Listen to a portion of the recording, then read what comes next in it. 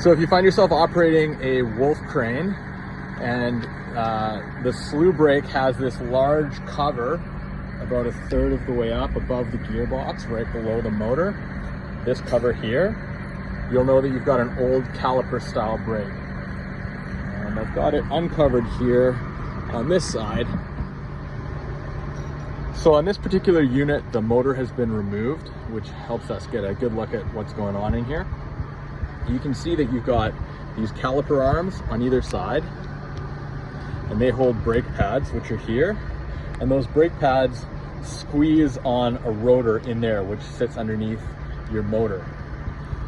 So when your slew brakes are active, power is given to this solenoid, and it extends this rod, which allows these, which takes pressure off those shoes and allows them to move, allows the crane to slew. We'll talk about the electronic weather vane in another video, but if you find yourself in a situation where you need to manually weather vane this, you need to know that this solenoid needs to be pulled open, and you need to manually actuate this other little solenoid, which is your weather vane solenoid. So if you look in here, you'll see that there's a little tab, and this one is actually pulled open at the moment. There's this little tab in here, and when you're electronically weather vaning this solenoid pulls this tab in, which holds this shaft open.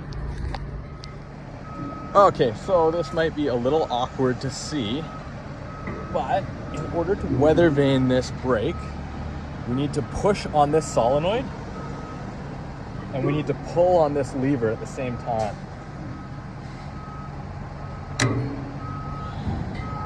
So when I push that solenoid, it pulls this rod out against the spring tension in there, and then I pull this in tight, and I can rattle the brake back and forth. I can see that I've got some play in there now, which is how I know this this brake is weather vaning. If I wanted to put it back into operation, I would just push out until I hear that lever click out of position. So you can see that lever is pushed back in there. So again, to weather vane it, push out on this solenoid and pull that in at the same time.